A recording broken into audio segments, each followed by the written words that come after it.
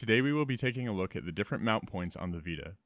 I will be following my Vita shell in order and covering a few that are not listed on my Vita afterwards. Unless otherwise specified, assume that most users should not touch each partition.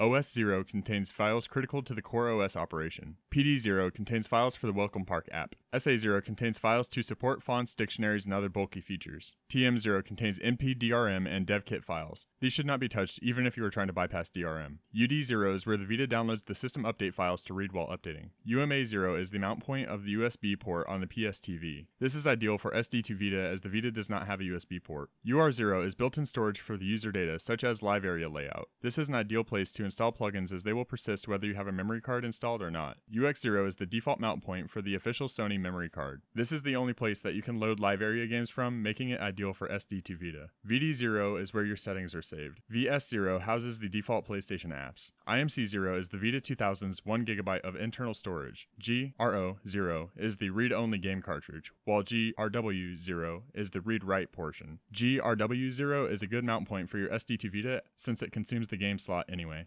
Thank you for watching, and I hope you enjoyed this episode of the Wilson Minute. If you did, make sure to like, subscribe, comment, and if applicable, watch the next and previous videos in this series. If you would like to help support this channel, I have listed ways to do so in the video's description. Now get out there and apply your newfound knowledge.